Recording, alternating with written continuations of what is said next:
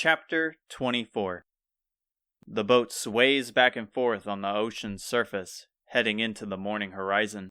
Though the sight of the warm orange sky is beautiful and calming, Hotaru and the others have their hands tightly bound together. The dozens of surrounding sailors keep a clear eye on them as they are strapped together by their torsos against the mast of the ship. Hotaru, Aziza, and Fedir are relaxed for the situation, thanks to the removal of the bags covering their vision and the hours of brainstorming amongst themselves. Isamu, however, refuses to stop his struggle. Hotaru has told him several times to stop, worrying they might kill him for his rage. His grunts flow along with the gusts of wind, and the others get pressed against the hard wood each time he lunges. "Please stop, Isamu. You will only burn through your strength," Aziza begged. "That's not gonna happen. I won't patiently lay around for them to kill us." "Don't you think if they were going to kill us, they would have done it already?" Isamu finally stops. Hotaru takes a relieving breath. "Huh? I thought the same thing too," Hotaru added, thankful her body is safe from slamming against the mast. "They must want something out of us. You think it might be gold, since we have connections to Grandma?" "Maybe," Hotaru pondered aloud. "Ransom seems the most obvious reason, but could they have not really been able to swarm her easily? Something about this doesn't seem right." She turned her eyes over to Fedir. He appears to be resting as his eyes are closed, completely still like a monk praying. "Are you okay, Fedir? I would think if anyone would freak out, it would be you." He reveals his brown eyes to them. They are focused deeply at the stairwell, heading towards the cabins in the lower deck. "I was just wondering as well. It sounds like they don't want to hurt us." "Yeah, right. They had no problem clocking me in the head." "That's true. But why keep you alive if it's gold they are after?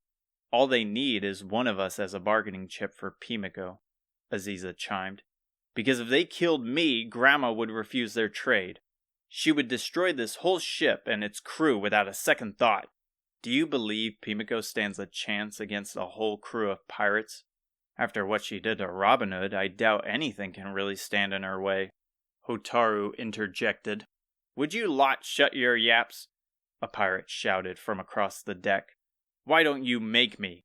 Isamu snapped back. "Run that by me again," the burly pirate responds, stomping towards the mast. "Enough!" Everyone turns their heads to the stairs that lead to the lower deck. Heavy boots make their way up, and the person that stands before them is the captain. However, she is different. Her silk hair is short and black, with a section covering one of her hazel eyes. Along with her yellow bandana with a tattoo-like design, her pirate's coat is a deep pink, with the trousers being a murky brown, and her hobble is gone as she stands and walks proud. Unlike her men, her skin is clean and her grin is bright. Her beauty is reminiscent of a siren, alluring unsuspecting innocents into her trap. It's hard to believe this is the captain. She has transformed from a bumbling drunk looking for an easy pay to a confident and cunning leader. "My apologies, Captain," the sailor begged. Without a word, she nods her head over to the tied-up group. The sailor darts towards them, untying their bindings before returning to his post.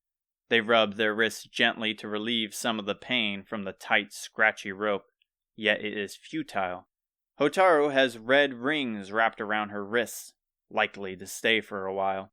"Stay where you are, or I will gun you down," she ordered, placing her hand on the flintlock's handle on her waist, tightly tucked in the pocket of a shining belt. "What is it you want from us?" Hotaru asked. "So you lot have already figured it out then? If that's the case, let's get straight into it. The ship is setting sail for the isolated kingdom of Edina, and I want one of you to infiltrate and steal the castle's treasure, the bottomless pot." Hotaru is stunned by her request. Never would she have guessed something so strange. "You captured us because you want us to steal a pot? What makes this pot so important?" "That's none of your business." "Then we refuse," Isamu interrupted. She pulls out the gun and cocks it. "Is that so?"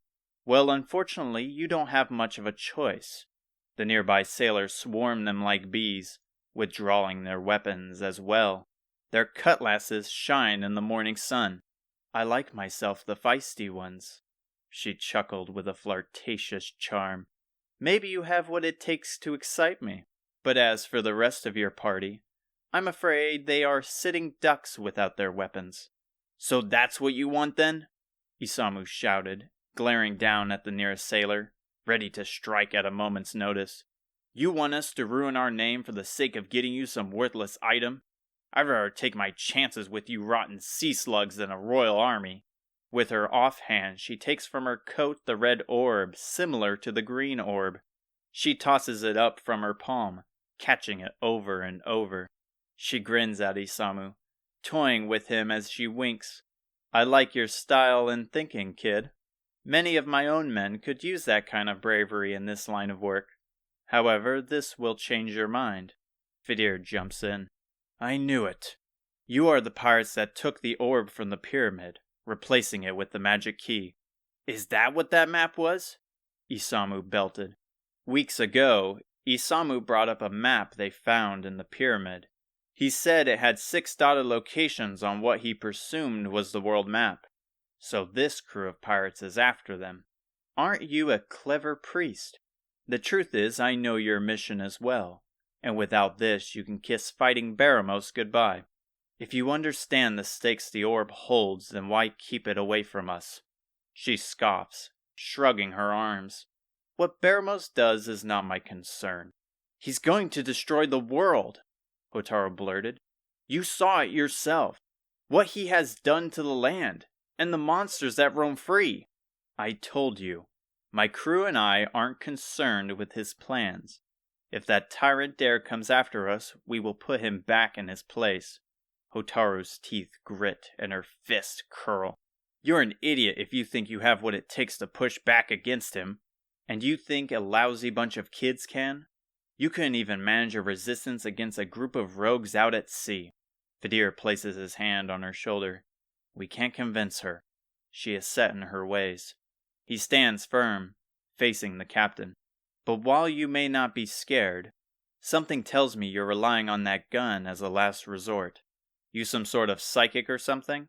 Because you talk with mighty confidence that I won't put a bullet in your head. She redirects her gun back to him.